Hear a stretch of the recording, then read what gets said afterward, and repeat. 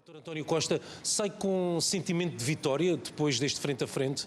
Bom, os comentadores farão a análise, sobretudo os portugueses. Eu espero que tenha sido um debate esclarecedor. Há 3 pontos que eu gostaria de ressaltar. Primeiro ponto é que ficou claro que o Partido Socialista tem não só um programa, como tem um orçamento pronto a aplicar e um orçamento que se traduz em imediatos benefícios para a vida dos portugueses.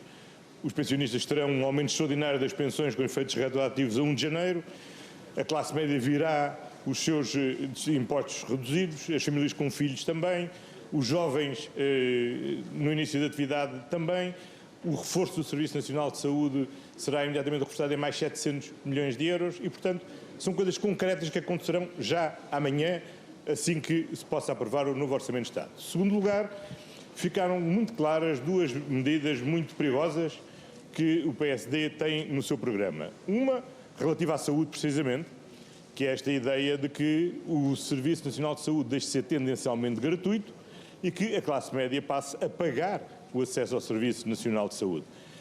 Isto significa, como todos sabemos, afastar a classe média do Serviço Nacional de Saúde e começar a ter um Serviço Nacional de Saúde só para pessoas remediadas. Isto não é aceitável e depois de 2 anos, onde todos os portugueses perceberam que nos momentos de maior dificuldade é mesmo com o SNS e só com o SNS que nós podemos contar, eu creio que é uma proposta altamente perigosa. Segundo lugar, sendo uma prioridade para todos, reforçar o combate à corrupção, assegurar a transparência, o cumprimento da legalidade, esta tentativa do PSD de controlar politicamente o Conselho Superior do Ministério Público, sabendo que controlando o órgão de gestão da magistratura estamos a condicionar a autonomia dos magistrados, é altamente perigosa e deve ser vivamente rejeitada. Última nota. Ficou também patente que toda a estratégia económica do PSD assenta numa falácia, num jogo de números. O que é que o Dr. Rui Rio faz para sustentar esta ideia de que há 20 anos que temos um crescimento anémico?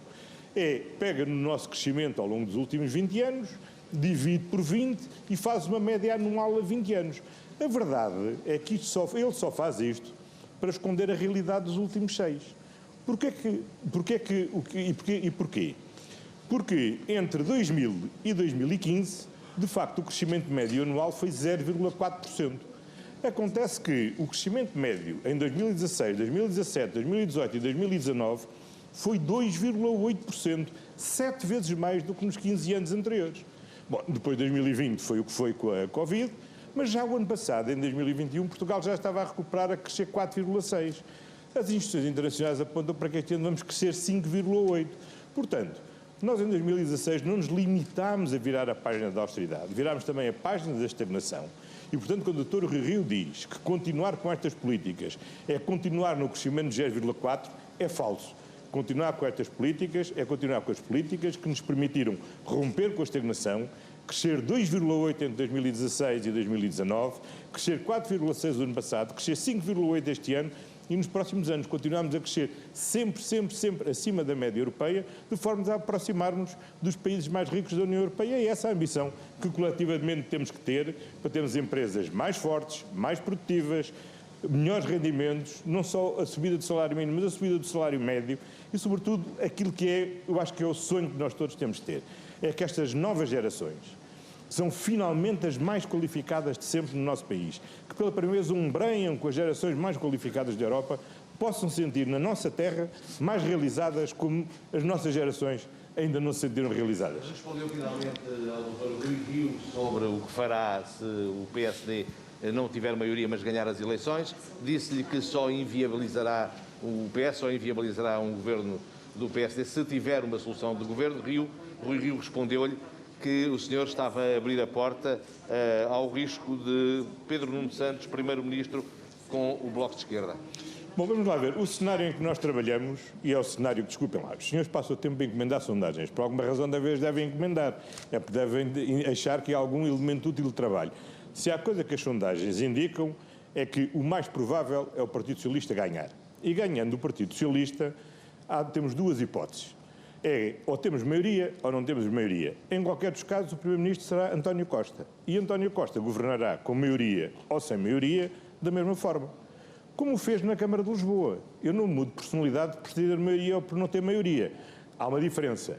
Uma coisa é dialogar numa posição encostado à parede e com a espada apontada, outra coisa é podermos dialogar civilizadamente, havendo uma maioria, mas que dialoga com todos.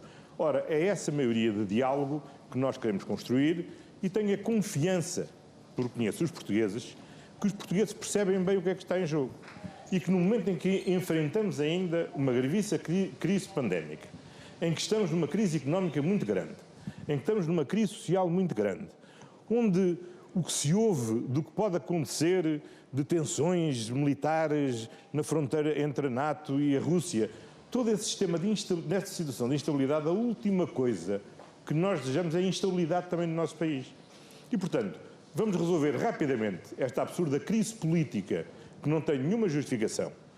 E os portugueses têm uma enorme oportunidade, é não delegarem nos partidos a resolução da crise e resolverem eles mesmos, indo votar no dia 23, indo votar no dia 30, para garantir uma maioria que assegure estabilidade para podermos continuar a avançar. E assim Doutor António Costa, mas este fantasma Pedro Nuno Santos... Agora o seu colega. Queria insistir neste ponto do fantasma Pedro Nuno Santos, agitado por Rui Rio. Não perturba a narrativa que trazia para a campanha eleitoral, nomeadamente a maioria absoluta? Primeiro, Pedro Nuno Santos não é um fantasma, uma pessoa felizmente viva, de carne e osso, nosso cabeça de lista em Aveiro e que terá seguramente um grande resultado eleitoral em Aveiro, com quem eu tenho trabalhado, tenho o gosto de trabalhar e vamos continuar a trabalhar. O Partido Socialista é uma equipa, eu sou o líder de uma equipa e é essa equipa que aqui se apresenta para pedir a confiança dos portugueses, para termos uma maioria, para oferecer estabilidade ao país e podemos continuar a ter os bons resultados que temos tido. Porque nós temos tido o crescimento, ao mesmo tempo que temos aumentado o emprego, ao mesmo tempo que tivemos as contas certas e o primeiro excedente da democracia, de termos enfrentado uma pandemia que ninguém enfrentou até agora. Eu gosto muito de ouvir toda a gente e toda a gente dizer eu teria feito. Pois é, teriam feito, mas quem teve de fazer fomos nós. E fizemos. E a verdade é que estamos no número 1 ou no número 2 a nível da vacinação a nível mundial, conseguimos sair desta crise a recuperar a produção nacional em cerca de 2 anos, quando da outra crise levaram mais de 9 anos a conseguir fazer. Temos neste momento uma taxa de desemprego que já é a taxa de desemprego que tínhamos antes da crise e, portanto, com toda a sinceridade, eu acho que os portugueses reconhecem isto, não estão aqui para aventuras e, portanto, vão-nos dar a confiança para podermos ter a maioria que o interesse nacional exige para podermos levar o país a bom porto. Agora, a sua colega. Outra pergunta sobre a impossibilidade de uma nova geringonça. Quem é o Eu não disse neste debate nada de novo do que tinha dito até agora. Vamos lá ver. Eu, em 2015, defendi uma solução e essa solução provou, aliás, ser a solução interpartidária mais estável da nossa experiência. Bom, aconteceu o que aconteceu. E, portanto, com a mesma franqueza com que eu há 2 anos disse aos portugueses votem em mim porque eu vou prosseguir a geringonça, porque acredito na geringonça, eu, com toda a franqueza, tenho que dizer aos portugueses, depois do que aconteceu, não posso acreditar. Porque, quando no momento mais grave da crise, quando todos precisávamos nos mobilizar para a recuperação e para o progresso, o Bloco de Esquerda e o PCP votaram como votaram, bom, isso obviamente cria um problema político que todos percebem. Portanto, eu com a mesma franqueza digo aos portugueses, neste momento não há condições. Isto não significa reerguer os muros que felizmente derrubei em 2015. Esse muro nunca mais vai voltar a ser reerguido. Agora, nestas circunstâncias, não é o momento.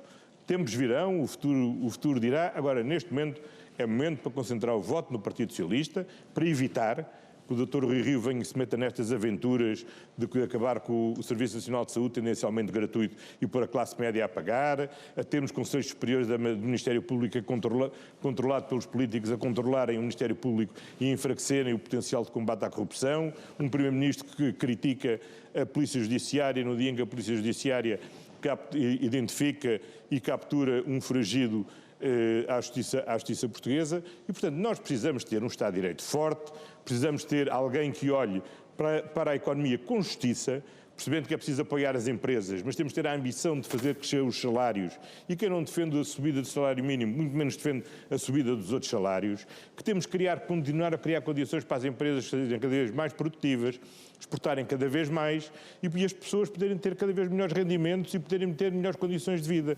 E por isso, retomar essa trajetória, aprovar o Estatuto do Serviço Nacional de Saúde, aprovar a agenda do trabalho digno, é fundamental e para isso temos que rapidamente pôr termo a este intervalo que tivemos e retomar rapidamente o trabalho que estava em curso. Ainda há aqui mais uma última pergunta. Como uma espécie de programa de governo. Claro.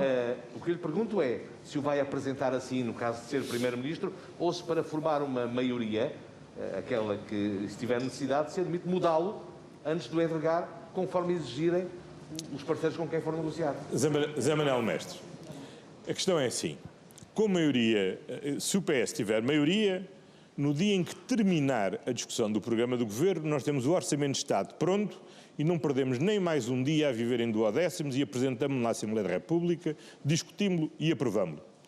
Se os portugueses entenderem que não há razões para nos darem a maioria, bom, aí no final da discussão do programa do Governo, admitindo que deixam passar o Governo, aí teremos que retomar as negociações do Orçamento de Estado.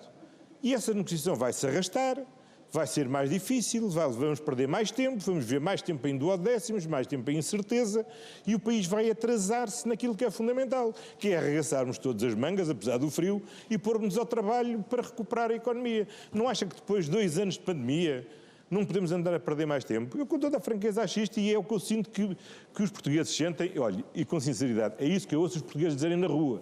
E me dizerem, vá em frente, tenha confiança, peça a maioria, porque nós vamos lhe dar a maioria, confiamos em si, sabemos que não vai abusar da maioria, sabemos que temos um Presidente da República em quem podemos confiar e que está cá para garantir que não há abusos, sabemos que há uma imprensa livre que vai estar atenta e vigilante e, portanto, hoje em dia, a maioria absoluta não é um poder absoluto. É ter condições para governar. E, portanto, nós felizmente temos um Presidente da República que está no início do mandato, tem todo o seu mandato que vai cobrir a próxima legislatura, é uma pessoa que quem os portugueses gostam, de quem os portugueses respeitam, que sabem que tem autoridade e alguém acredita que com Marcelo Rebelo de Sousa como Presidente da República podíamos ter uma maioria absoluta que pisasse o risco. Bom, não pisava o risco 2 dias, era o primeiro e acabava. Portanto, acho que há, digamos, aquele receio que muitas vezes têm, que as pessoas têm relativamente a experiências passadas. Eu acho que toda a gente tem consciência que temos hoje condições institucionais para que a maioria de hoje não seja como as maiorias que foram anteriormente. Eu já não me peço para compararem, enfim, as diferenças de personalidade, porque eu leio todos os dias os jornais, não digo que nunca me engano e raramente tenho dúvidas. Toda a gente sabe que sou uma pessoa de diálogo, de compromissos, de consensos, e fui assim sempre. Olha, eu já dei outro dia um exemplo, foi no debate, creio que com o Jerónimo de Sousa, que eu dei esse exemplo. Eu tinha maioria na Câmara, na Câmara Municipal, e tínhamos que aprovar o plano diretor municipal. E a verdade é que eu negociei com todos. E praticamente todos os partidos votaram a favor do plano diretor municipal. Porquê? Eu podia ter feito sozinho com a minha maioria, mas eu sabia que o plano diretor municipal é uma coisa para uma década da cidade e, portanto, é necessário exigir e é necessário um consenso amplo. E negociámos a ter o consenso mais amplo possível. É assim que farei também com a maioria. Agora, o que não podemos é continuar a perder tempo, os outros estão a trabalhar, os outros estão a avançar e nós estamos aqui a fazer uma campanha eleitoral quando devíamos estar todos a fazer o que o país precisa, é virar a página desta pandemia e fazer o país avançar. E por isso é que nós dizemos que para continuar a avançar é necessário uma maioria do Partido Socialista. Olha, com toda a franqueza é o que eu tenho para dizer e pronto, e os portugueses julgarão. Está bem? Boa noite a todos.